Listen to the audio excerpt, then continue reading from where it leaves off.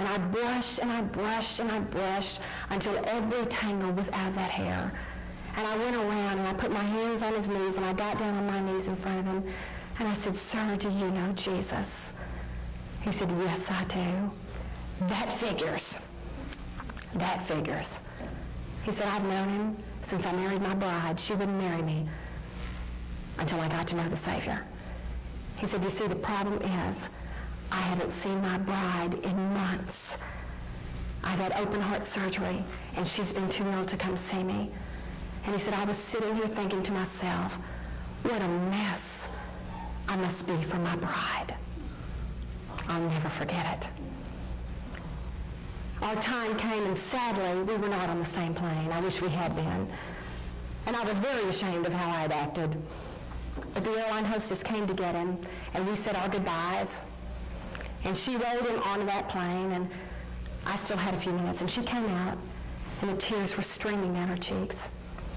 She said, "That old man sitting in that plane sobbing, why did you do that?" She said, "What made you do that?" I said, "Do you know Jesus? He's the bossiest thing." That is exactly what I said. And we got to share. I learned something about him that day I'll never forget. He knows if you're exhausted because you're hungry, you serve it in the wrong place, it's time to move on. Or if you just need your hair brushed, God knows your need. He sees you as an individual.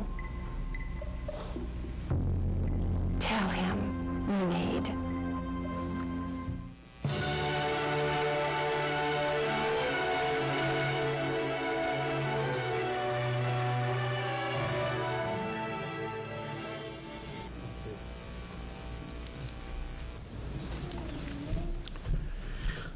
All right, thank you. That study again on David begins tonight at 6 o'clock. And certainly there's a sign-up sheet, I think, available, but Stephanie would be glad to have you just come on and be a part of the study. This morning we certainly are glad to have with us Brother Jerry Chase and his wife Betty, who are used to be here at Salem as our music minister, and actually there's some information in your bulletin. And I think it was 1972 when Brother Jerry came through 1974, the summer of 1974. He has been very active as a teacher and music minister for several years. He lives in Franklin County, still the same place that they lived when they were here. And we want to welcome you all this morning to our service as we continue to celebrate this morning our bicentennial 200 years of service to Jesus Christ here at Salem. And following the service this morning, we'll get together in the fellowship hall and have a salad luncheon. So certainly want to welcome you to stay and be a part of that. There's some other information in your bulletin there that is shared about Brother Jerry and Betty, and I won't read all of it right now, but we're certainly glad to have you all with us this morning. And don't forget our activities for the day here. This week begins WMU week, and Lucille, do you have anything you want to share about WMU week coming up? We'll be observing the 27th. Okay. This is the week that most churches observe, but we are doing it the 27th. All right. So we'll be observing on the 27th of this month. Most churches are doing it this coming week. So just to announce that, thank you there for that. Wednesday evening at 7 o'clock will be our prayer meeting. RAG's Mission Friends, ACT Teens, and Youth will meet. Also on Friday night, now youth, you have an outing from 8:30 to midnight at the park. It's a swimming outing, and it will be with Waddy Baptist Church, and there will be a devotional beginning there at 8:30, and I think you can begin to swim at 9:30, so remember that. Our youth just had last night a Valentine's spaghetti supper, and it was a real good outing. A lot of people were there, enjoyed a lot of spaghetti and fellowship, and they I just received some numbers here. They're working toward raising some money for this summer and going to camp and all, and $786.29 was taken in last night. So thank you all for attending, those that came. And also you'll notice when you go after our service that the fellowship hall was decorated by the youth for Valentine's Day. So you'll see a lot of balloons and a lot of streamers and things like that in the fellowship hall. So thanks to the youth for doing that and preparing the fellowship hall. Brother John Razor is not here this morning. He wanted me to relate to you all that he's at Olive Branch Baptist Church speaking. Methodist Church, all right, Olive Branch Methodist Church, speaking on behalf of the Family Foundation, which he supports now, and so he's bringing a message there for them, and certainly be in prayer for him as he's there this morning.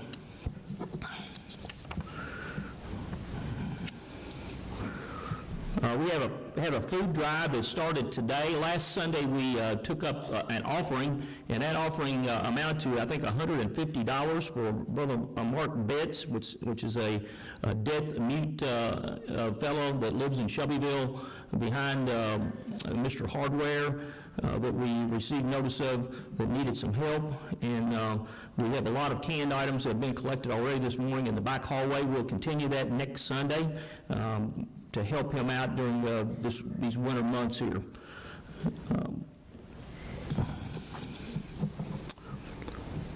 Remember also beginning tonight our discipleship training, which begins from 6 to 7, and then our regular worship begins at 7 o'clock.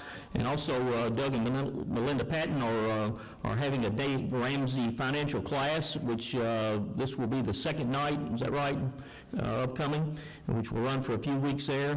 There is a sign-up sheet available. I know there's still probably time to come and be a part of it if you'd like to. That's from 6 to 8 on Sunday nights.